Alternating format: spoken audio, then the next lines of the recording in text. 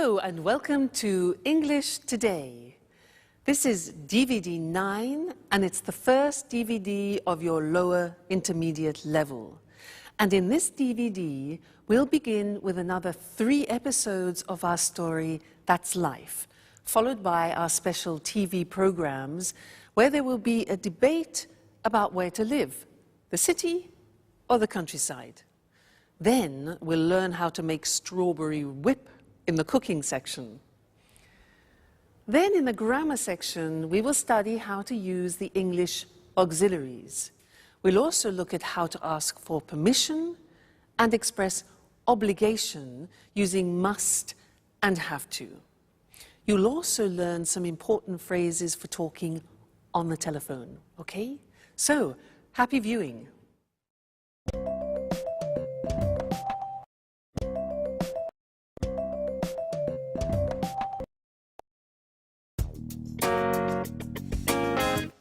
What horrible weather. I hate it when it rains. So what are we going to do today? It's a perfect day for tidying up. I enjoy putting the house in order when the weather is bad. By the way, look at the mess. We don't often get a chance to clean up together. You're joking, right? I hate cleaning the house. Don't you have any better ideas, Anne? Just a little bit of tidying up. Anyway, it was just an idea. And not a bad idea at that, in my opinion. Sorry, that idea is bad. What else do you suggest? Personally, I enjoy doing something more exciting than vacuuming and doing the dusting. Why don't we play a game? What kind of game? How about playing cards? No, I hate playing cards. It's so boring. Let's see what's on TV. Cartoons, soap operas, political talk shows. There's nothing interesting on. Shall we go for a walk? I like walking in the rain. Why don't we take a walk to the new bakery in Piccadilly? What do you say? Are you crazy? It's raining out. Well, you know what the traffic's like when it rains. I certainly don't want to get stuck in a traffic jam on a Sunday. That happens every day when I drive to work and when I drive back home. Okay. Okay. So, what shall we do? If you want, I can read your fortunes using the tarot cards. Aren't you interested in what the future holds? That's your favorite hobby. No thanks, Alice. Let's not think about the future. I prefer the future to remain a mystery. Well, I prefer to be prepared if something is going to happen. I don't like surprises. So, sit here. I'll tell you who you are and what your future holds. You know what I like to do on days like this? Nothing. Totally relaxing, doing nothing. I agree with you, Jack.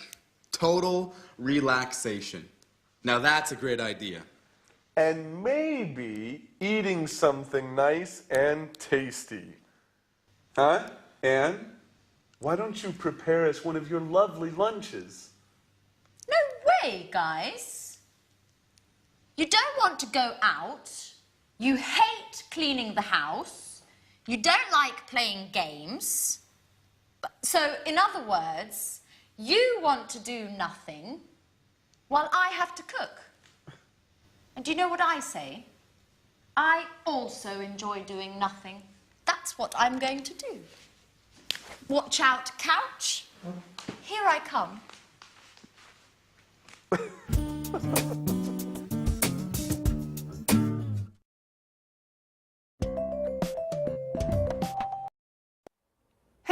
and welcome back to English Today, that live TV program where you can learn the English language.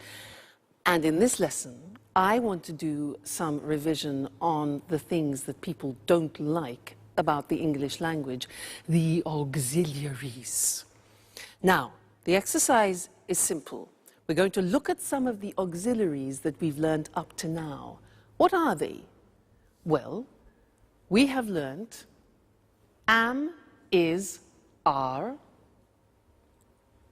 do, does, and did. When do we use them? We use them in questions. Aha. This is the exercise. I have here some sentences in the positive form, and I want you to make questions using these auxiliaries, okay? So, I'll give you an example. I say, he likes wine. You start the question with what? What? He likes wine. Now, this is the simple present tense. So, which of those auxiliaries do we need? Am, is, are, do, does, or did? Simple present tense.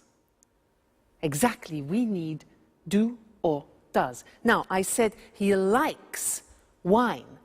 Third person. So which one? Does. Exactly, good. So the question is, what does he like? Get the idea? Great, let's continue. Number 2. I play tennis. I play tennis. What sport?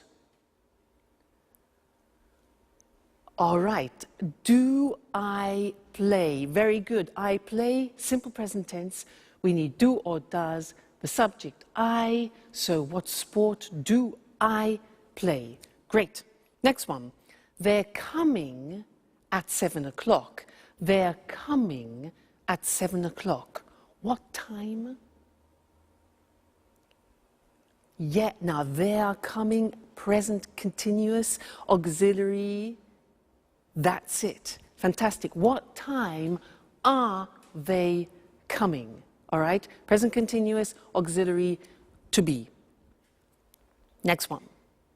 She went to the cinema yesterday. She went to the cinema. Where? All right. Simple past tense. What do we need? We need did. So where did she go? Excellent. Very good. You see? Getting better. Next one. We had an ice cream after dinner. We had an ice cream after dinner. What had we? Simple past. Did. That's it. What did we have? Remember, the verb have always takes an auxiliary. So what did we have? Great. Next one. She's painting the front door. She's painting the front door. Which tense? Present continuous. So what, third person, is she painting? Very good. Next one. I was at home on Saturday. This is difficult.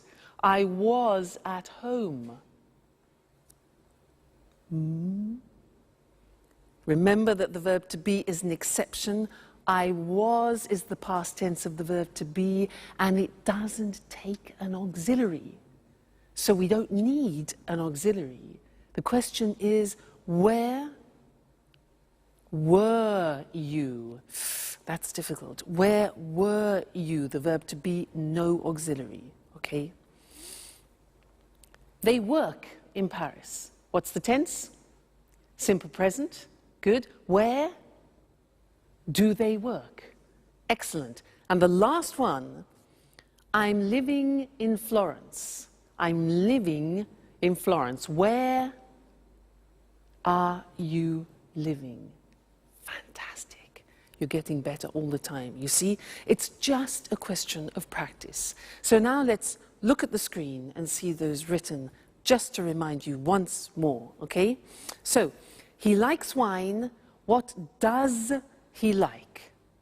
I play tennis. What sport do you play? They're coming at 7. What time are they coming? Present continuous. She went to the cinema yesterday. Where did she go? Simple past.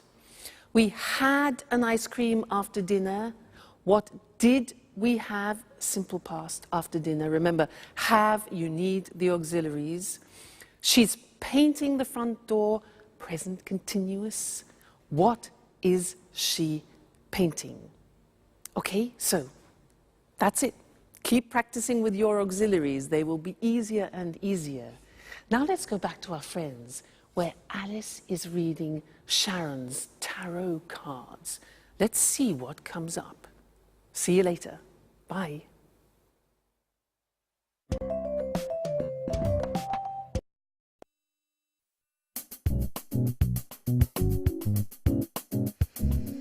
Yeah, I see.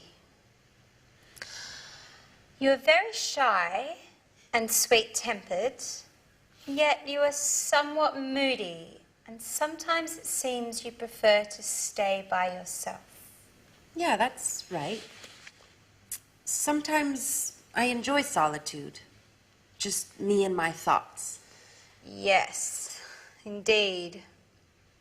I see that you are worried about something, but that's not clear. I think it has something to do with a boy, or maybe it has something to do with your job. Yes, maybe you are going to get a new job. Wow. Definitely I like the second option. It's much better. But I don't know. Actually, this card means that love troubles are on their way. Sorry, Peter, but I see the shadow of another boy in your Sharon's heart. Don't be silly, Alice. Tell me more about this job instead. Okay, if you like. So you are very careful in your work, even if it seems you don't like it that much. Yeah, that's right. I like doing things right. If I can't work well, I prefer doing nothing at all. What's more, I'm very punctual. I hate being late. Yes, and you are also very modest. Thanks, Alice. Well, actually, I can't stand people who show off. They make me uneasy. Your tarot cards seem to know me very well. Well, you know, tarot cards never lie. That's why I want to investigate more about this mysterious boy. Come on, darling, they're not always right, are they? Yes, they are. I swear it. They always tell the truth. Oh, come on, girls. Stop it. How can you spend the whole afternoon talking nonsense? Why don't we do something more interesting? Why don't we all stop doing nothing and go out? Look, it has just stopped raining. How about strolling in the park? Yeah, that's a great idea. Let's go.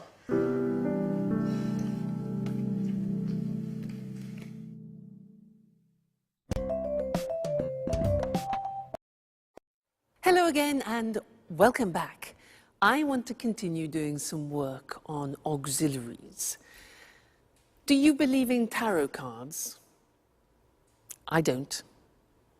Now, that's sort of an example of what I'd like to teach you now. Short answers in English.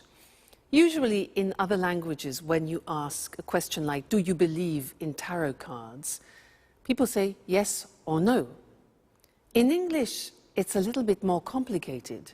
I can say, for example, do you believe in tarot cards? Yes, I do. No, I don't. So we take the auxiliary and we repeat it in the positive or the negative. So that's really quite strange. Other languages don't do that. As it's complicated, I want to go to the screen now and we can look at it written. It'll be easier for you. Very common. You'll hear it all the time. So, look at the example. Does he like wine? Instead of just saying yes or no, we take the auxiliary of the question and we say, yes, he does, or no, he doesn't. You see that? We repeat the auxiliary. Very unusual. Do you play tennis? Do is the auxiliary. Yes, I do. No, I don't. The negative, all right? So we always take the auxiliary of the question. Next one. Are they coming at 7 o'clock? We've changed tense. It's the present continuous, the auxiliary to be. So yes, they are, or no, they aren't. Are they coming at 7 o'clock? Yes, they are. No, they aren't. Next. Did she go to the cinema yesterday? Did, simple past. Repeat. Yes, she did. No, she didn't. Okay? Next one. Did you have an ice cream after dinner? Yes, we did. No, we didn't. Is she painting the front door? Is. Yes, she is. No, she isn't. Were you at home on Saturday? Now listen to this. Yes, I was. You take the verb to be and you put it in the correct form. So were you? Yes, I was. No, I wasn't. Okay? Is she in the bathroom? Is. Yes, she is. No, she isn't. Do they work in Paris? Yes, they do. No, they don't. Are you living in Florence? Yes, I am. Verb to be, are you? Yes, I am. No, I'm not. So you see, it's really quite unusual, isn't it? And it's not easy. It's not a spontaneous thing. You have to practice. So, do you understand? Yes, I do. No, I don't. All right, so those are your short answers. Have some fun with them. Keep practicing them. And I'll see you in our next lesson. Okay, bye.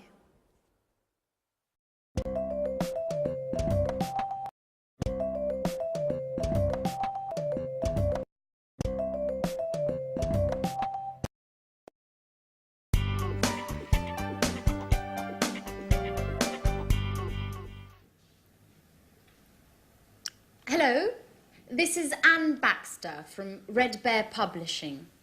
I'm looking for accommodation for an American writer and his agent. They're coming to London in 2 weeks' time. Could you tell me a little bit about your hotel, please? Our clients are used to the very best. Mm-hmm. Mm-hmm.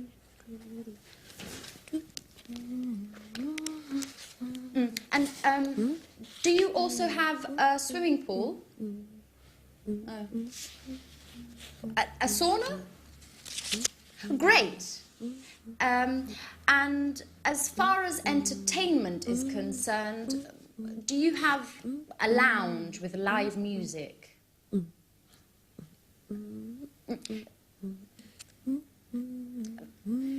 Could you hold a moment, please? Sharon, stop humming, please.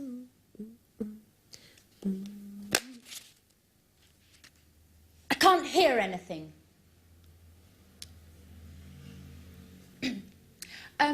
Okay, well, thank you very much for your help. I'll let you know as soon as possible. Right. Goodbye.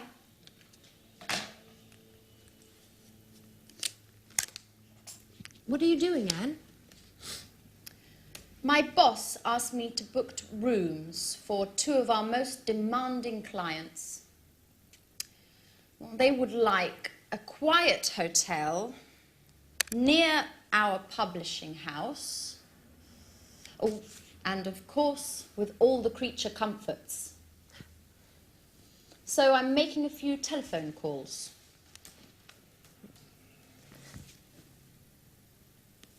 And listen to this song for a moment. It's Ray Charles's last recording. It's fantastic. I've got a lot to do, Sharon.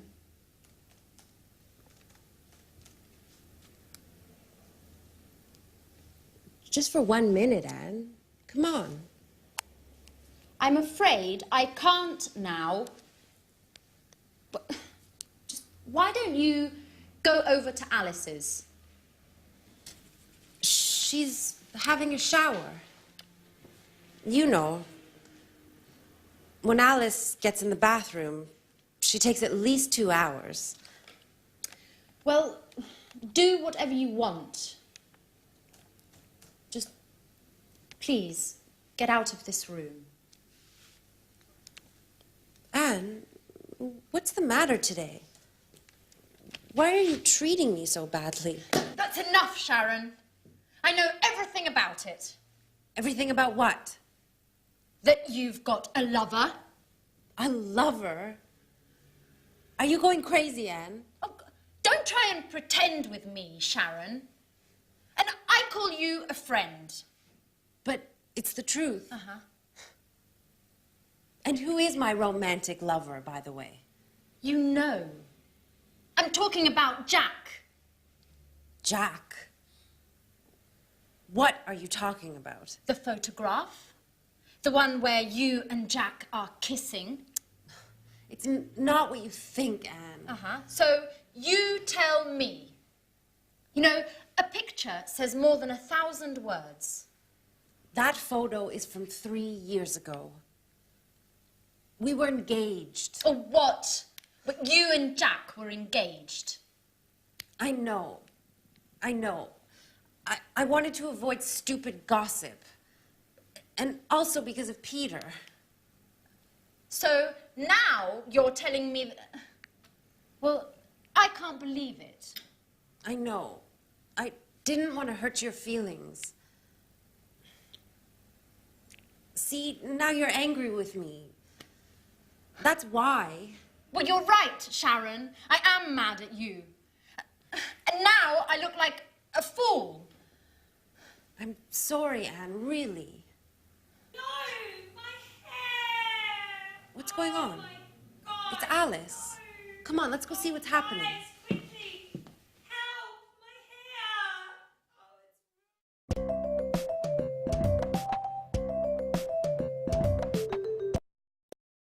Hello again and welcome back to English Today. Did you see that last episode of That's Life? Poor Anne. Well, sometimes the truth is difficult to hear, isn't it? Yeah. Oh, sorry. Sorry, I forgot to turn my phone off. This live television program. Just one moment. Hello? This is Louise speaking. Pablo, I'm afraid he's not here at the moment. Yes. Well, just one moment. I'll try and find out. Okay. Put it on hold.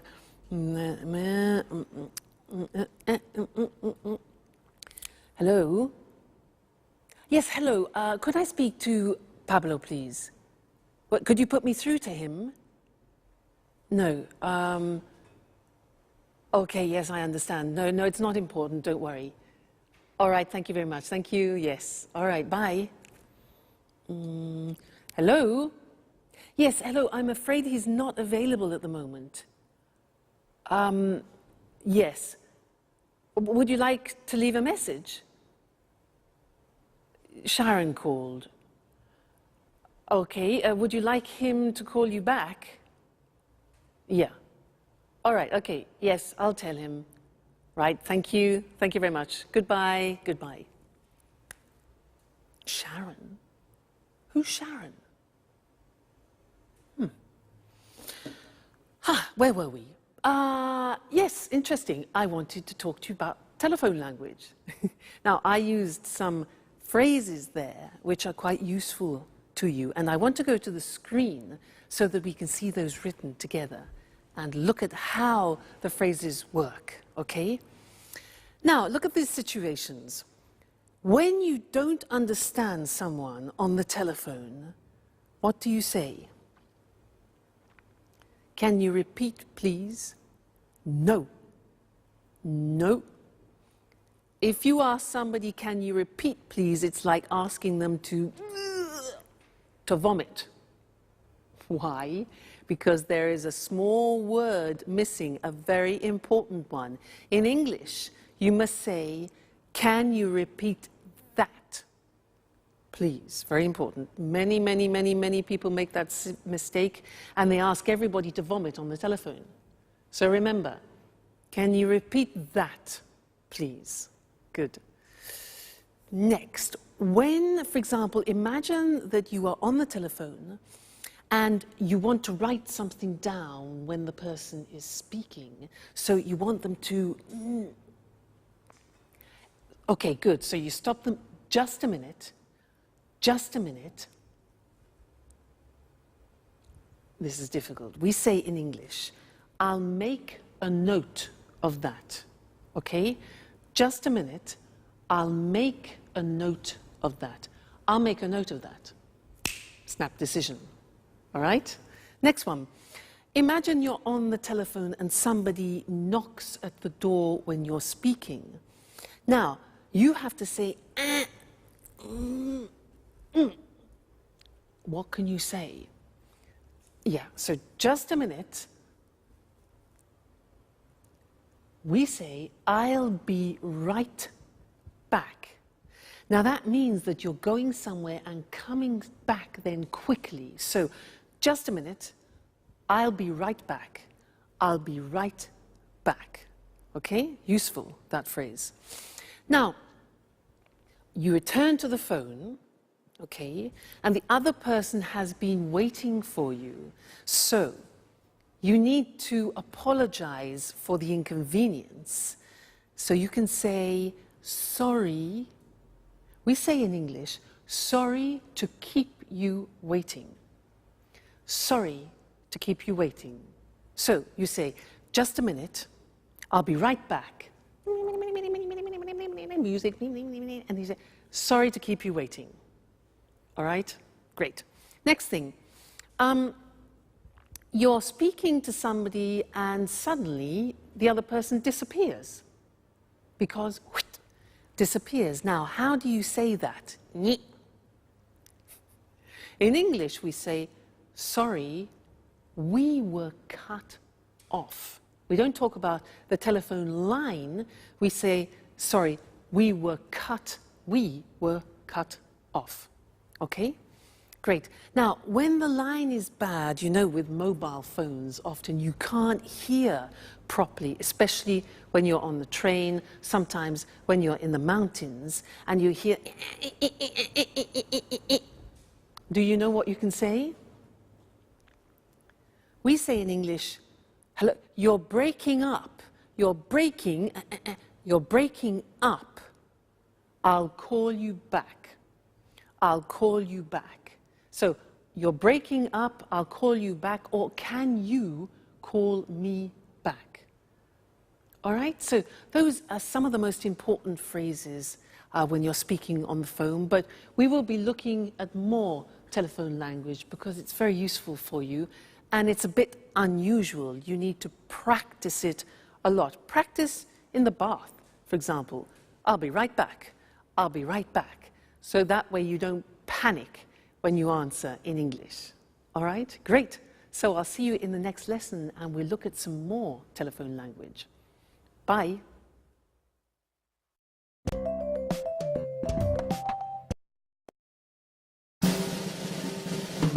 What's happening? Alice, why are you screaming? My hair! Look!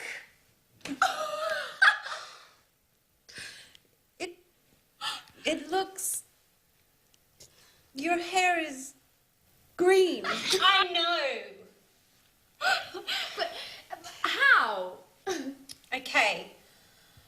Imagine this. I'm washing my hair. Well, colouring my hair, actually. I want to change my look. My mobile rings. It's Tom. He's telling me all about this great party yesterday evening.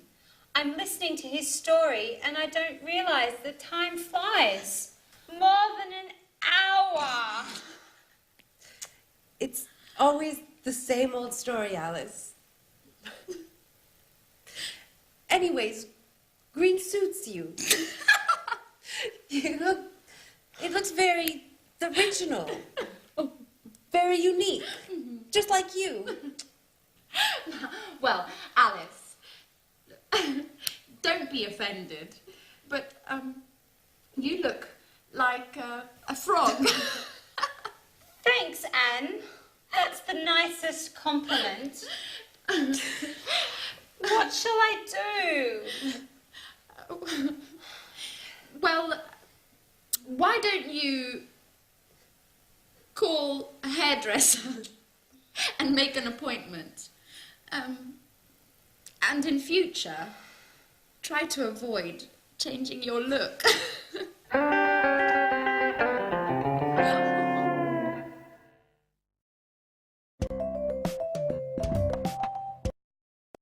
Hello again and welcome back to your live TV program where you learn English.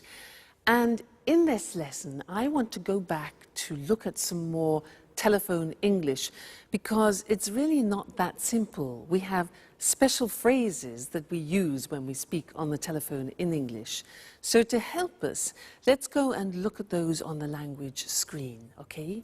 Now the first thing is when you introduce yourself on the telephone, we don't say, I am Louise. We say this. We say, this is Louise, or this is Mr. Smith. Now that's really quite unusual and different to other languages. So, hello, this is Mr. Smith. Or we can say, hello, Tom speaking. Tom speaking, Louise speaking. Okay, so don't say, hello, I'm Louise. We only use that when you do, for example, a sales presentation on the telephone. All right? Good. Then, asking who the other person is, you can say, hello, is that Mr. Jackson? Is that Mr. Jackson? So it's like, this is that Mr. Jackson? Hello, is that Peter speaking? And not, hello, are you Peter? Okay, is that? Good. Now, you want to ask to speak to another person. So what can you say? Well, you can say, hello, I'd like to speak to John, please. I'd like to speak to John. Or you can ask the questions, can I speak?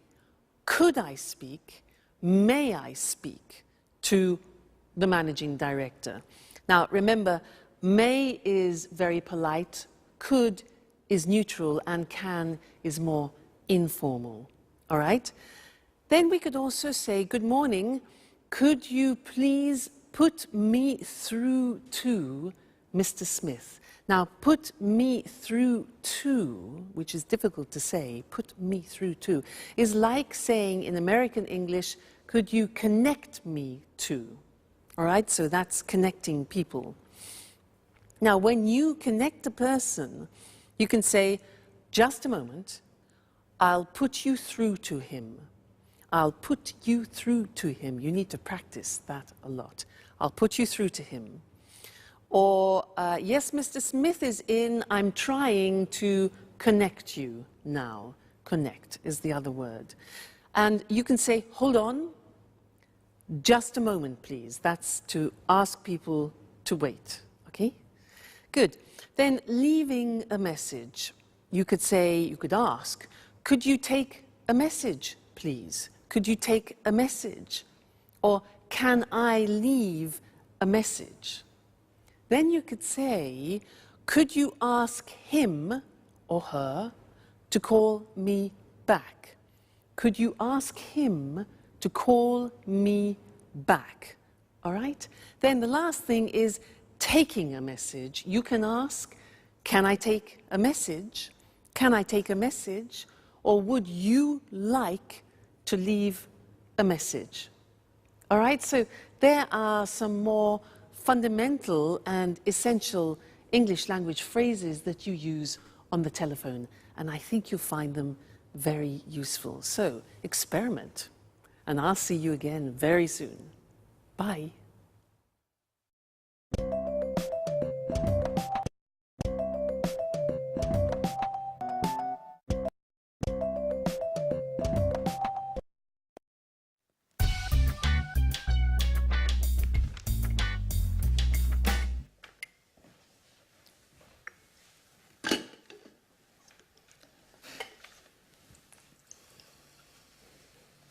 Good morning, everybody.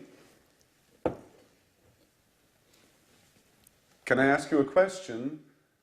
Yesterday evening, I got... Sorry, Jack, I can't listen now. I've got to get to work. I have a meeting at 9:30 with my editor, and I'm late. But I only need a minute. It's important. Nothing is more important than this meeting. If I arrive late, my boss will kill me. Ring me later if you want. Bye-bye. Great. Alice. Alice. Can I ask you a question? Yesterday evening... No, Jack, I can't. I'm really sorry, but I have to get going too.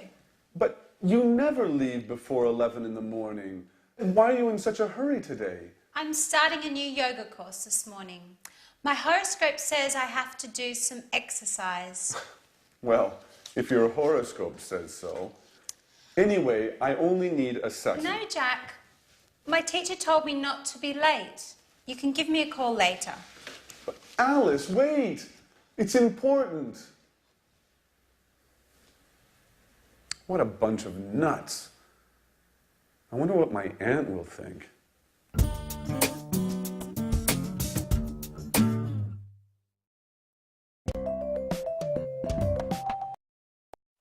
Hi again. Did you hear what Jack said? He said, what a bunch of nuts. Do you know that expression in English? Because nuts has a couple of meanings. Nuts are the things that you have in an aperitif, but it's also a way of calling somebody a crazy person. You say, you're a nut, means you're crazy. Okay, I just wanted to clarify that for you. He also said, can I ask you something? May I ask you something? He wanted the girls to listen to him, and they weren't paying any attention. And I want to talk to you about these words, which are may, could, and can, because they are the three forms that we use when we ask for permission. So what's the difference between them? Now, if I say, excuse me, may I open the window because it's hot in here, may is used in more formal situations. If I use could, it can be used in any situation. It's neutral. So, for example, could you lend me your pen? And can is used in more informal situations. Imagine you're at home, you're having dinner, you want the salt, so you can ask, can I have the salt? Less formal. So let's go to the screen and see those written, see the differences. We talked about it already, actually, when we looked at telephone conversations. So, formal situations, may I, and we can also say, may we. May I, may we. May I ask you a question? May I offer you something? And may I have this dance? So remember, may for formal situations, it's very polite, okay? Then could for neutral situations, which means you can use it in any situation, really. Could I use your phone, please? Could I change the appointment? And could we meet later? All right, so very useful verb. It's good in all situations. And then can you pass me the salt? Please, more informal with your friends, your family, people you know well. Can I have some wine, please? And can I borrow the car tonight? So, those are the examples, all right? May, could, and can. So, remember, depending on who you are talking to, make that choice. May, could, or can. Let's go back to That's Life. The girls are exhausted, and Jack has a surprise for them. Let's see what it is. Bye.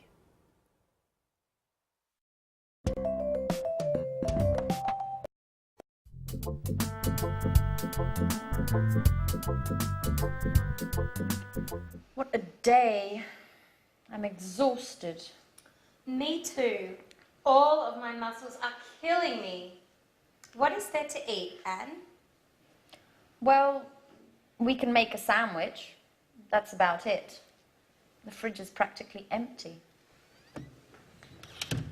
Jack, is that you? Who's that with him? Hi, everybody. This is my Aunt Carolina. She came all the way from Bologna to see me.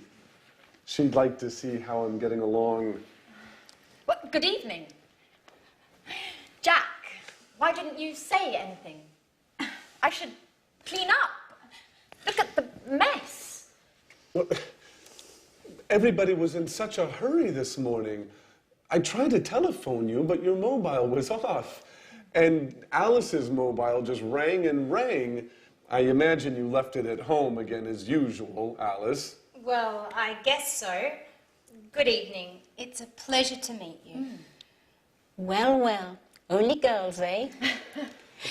So, you are Alice. Alice, the interesting one of the house. And you are Anne, the housekeeper. Please, Aunt Carolina. So that's how you describe us. Come on, Aunt Carolina is only joking, right? And this is the wonderful house. Well, yes. But it's usually tidy. It's still very charming. Thank you. Well, may I offer you something? Would you like to have a glass of wine, maybe? Yes, thank you, I would. Alice, could you get a bottle of wine, please? There isn't any wine. Anne, there isn't any wine. There isn't any beer. We have to do the shopping. Oh, well, I'm terribly sorry. It's not usually like this, but today was very busy. Do you know what? Let's go out for dinner. Oh. What do you say, Aunt Carolina? That sounds good to me. Excuse me, do you go out dressed like that? Maybe you should get cleaned up a bit? Yeah, you're absolutely right. Let's get ready to go out on the town. May I ask you a question, Jack? Of course, Aunt Carolina. Shoot. Do you really think it's such a good idea to live together with all these women?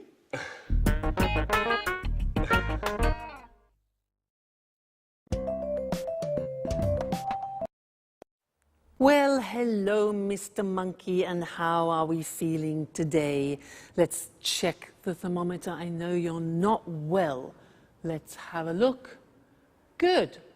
Yes, the temperature has gone down. That's good news. Now, Mr. Monkey, you don't have to stay in bed any longer, okay, because your temperature has gone down, but you can't go out monkeying, not yet.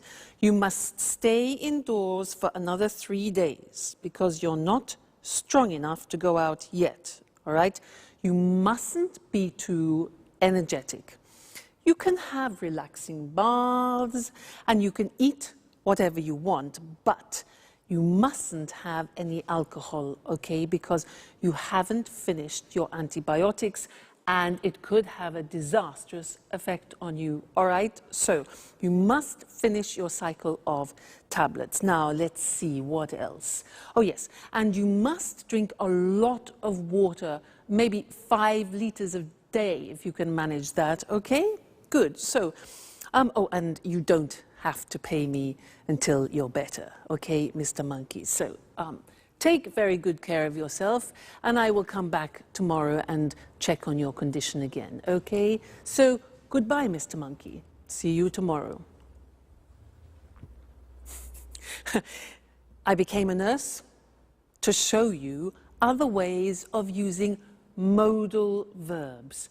Now, so far we have studied can, could, and may. And these are verbs which help to change the meaning of the verb which comes after. They're called modal verbs. And here we were using verbs of obligation. Very interesting. Let's look at the screen and see those.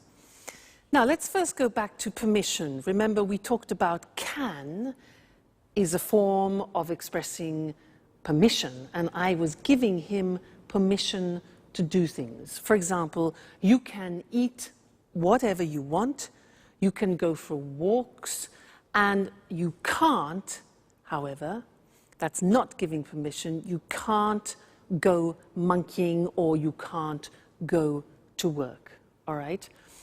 Then I talked about obligation, and this is very interesting. I used the verb must. Must followed by an infinitive without to. So, for example, you must finish the tablets, you must relax, you must stay at home for 3 days, and you must look after yourself. Now, that in English is how you express obligation, something which is you are obliged, forced to do, all right? It's a strong verb in English. Now, the opposite, mustn't, means prohibition. If you do that, okay, so very strong verb. You mustn't drink alcohol. You mustn't do anything energetic. And you mustn't jump about, all right? So must and mustn't. Must, obligation, mustn't, prohibition. Then I said something else. I said, you don't have to stay in bed. Now that's very interesting because that's optional obligation. And it's the same as saying you don't need to stay in bed. You don't have to stay in bed. It's optional. Or you don't have to stay indoors. I also said, you don't have to pay me. It means it's not necessary. So that's optional obligation with have to. So that's an important lesson. Must, mustn't, and have to as different ways of expressing obligation. Great. So now you have to study more English. You must read and watch your English lessons, okay? And I must see you again next time. Okay then, goodbye.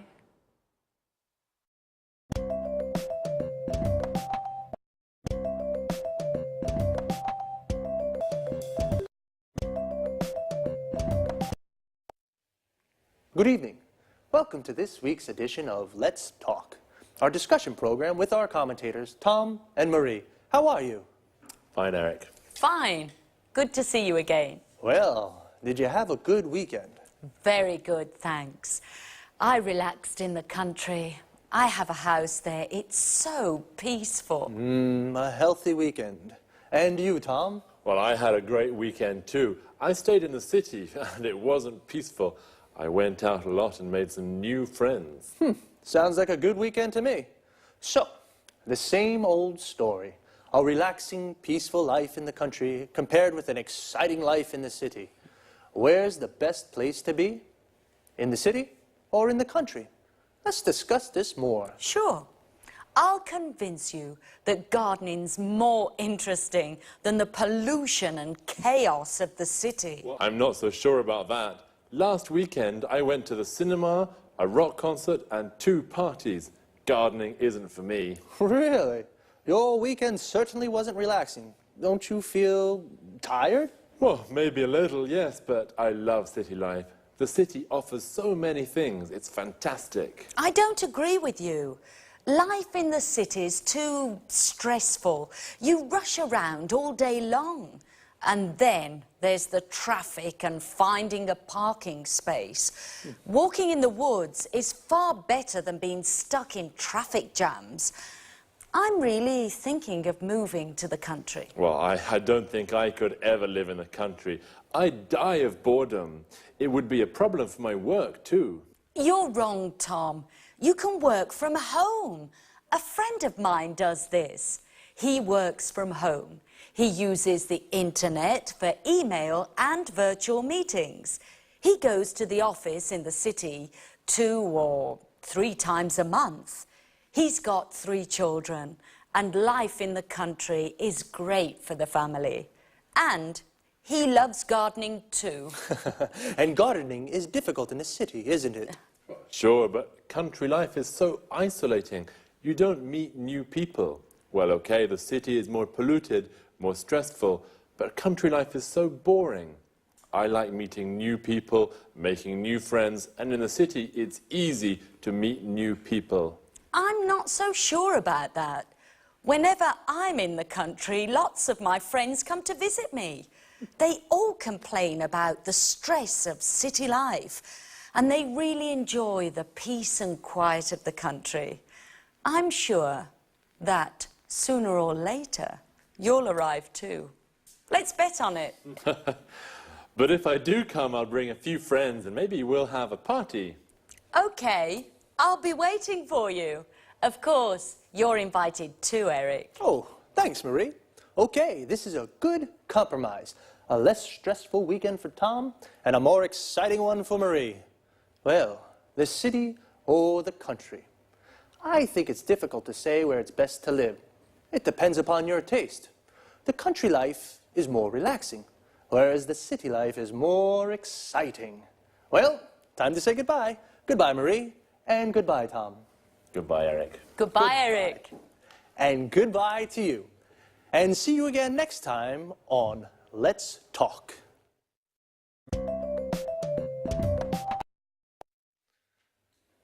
Did you notice how we call life in the city, city life, and life in the country, country life? City life is more exciting, but also quite stressful. We say something is stressful when it makes you nervous. The traffic in the city is stressful. Traffic is the word we use for cars, buses, trucks, everything on the roads. When the traffic moves slowly or stops, we say there is a traffic jam. Parking in the city is also stressful. It's often difficult to find a parking space to park your car.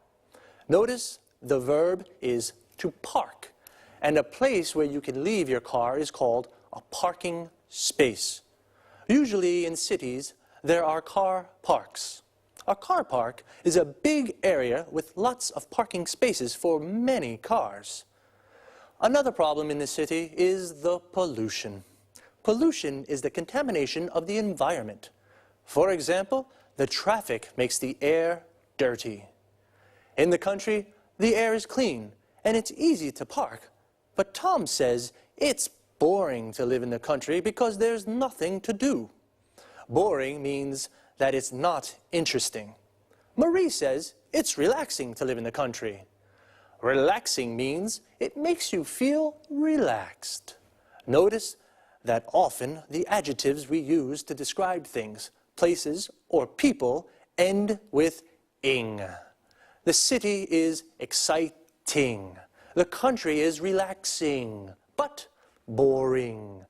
Adjectives that describe how a person feels often end with ed, ed. Tom is bored. In the country, Marie is relaxed. In the country, and stressed. In the city. Marie said that the city, you rush around all day. Rush around means to go everywhere and do everything very quickly. But in the country, you can go for walks in the woods and do the gardening. A wood is an area with lots of trees. The gardening is the work you do in your garden, like watering the plants or cutting the grass. Well, see you.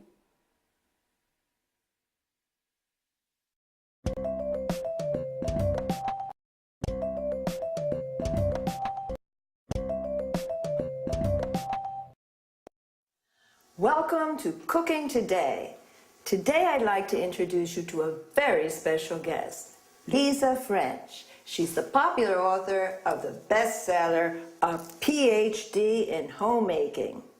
Lisa, thank you so much for inviting us into your home. It's my pleasure. If you're wondering what to make for lunch, if you have to prepare a last-minute dinner, then Lisa's the person to ask for help. Listen, Lisa, I'm having a dinner on Saturday. Could you give me a tip on a quick and tasty dessert? Of course. You can prepare an easy-to-make dish with fresh strawberries. The strawberry season only lasts a few weeks, so it's worthwhile making the best of in-season berries. And it can be made in a jiffy. Oh, strawberries. I absolutely go mad about strawberries. So let's get started. Just the idea of strawberries makes my mouth water. First, wash, drain, and hull strawberries for 4 servings. Then, mash them to a pulp. All of them? No, you have to put aside some good ones for decoration. Okay, then what? Next, whip about half a pint of cream. Then whisk 2 egg whites stiffly and fold into the cream.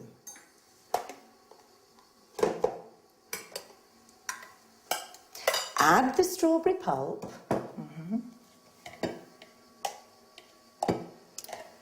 and stir in 2 tablespoons of caster sugar. Does it need cooking? No, all you need to do is pour the mixture into individual goblets. Is that all? Don't forget to decorate each one with a bit of whipped cream and the whole strawberries you put aside. Now your dessert's ready to serve. Oh, it looks delicious. Let me have a taste right now. Yummy. This is sensational. If any of you have a request regarding homemaking, then please contact us at our studio, 800-332211, or send an email to cookingtoday@homemakingtv.com. Thank you, Lisa. We have so much to learn from you. Thank you for coming.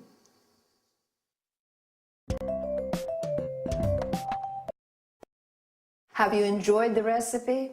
Well, now let's go over the language used in the interview. First of all, let's explain what a homemaker is. A homemaker is an expert in all matters concerning administration and running of a household, cooking, budgeting, sewing, etc. Lisa used some typical culinary terms. Drain means eliminating excess water from food after washing or boiling. You drain pasta, vegetables, and so on. Hull means removing inedible parts from the food, like peas, beans, or strawberries. Mash means crushing some food, such as potato or carrots, into a paste. Whip means beating to a fluffy consistency, as in whipping cream. Whisk means whipping, egg whites, for example, to a froth, incorporating air or until firm. We say whisking stiffly. Stir is moving a spoon around a liquid when we add one ingredient to another, and mix them together when we say stir in. Fold in means blending other ingredients to a whipped mixture, stirring gently. Pour means adding a liquid into a mixture or serving tea, coffee, water. Lisa also mentioned a goblet, which is a small cup with stem to serve fruit salad or ice cream. A pint, which is a unit of liquid measure equivalent to 568 milliliters, a UK pint, or 550 milliliters, a US pint. A tablespoon is also used as a unit of measure. In order to express appreciation about food, we say tasty, delicious, yummy, mouth-watering. Lisa said in-season berries to mean fresh fruit. Otherwise, we say out of season, not to be confused with the word seasoning, which means adding salt, pepper, and other spices to food. A berry is a small fruit, such as a strawberry, blackberry, raspberry, blueberry. Another useful term is serving. You can also say helping. It refers to individual portions of food. Well, I hope you've had a good time, and I'll see you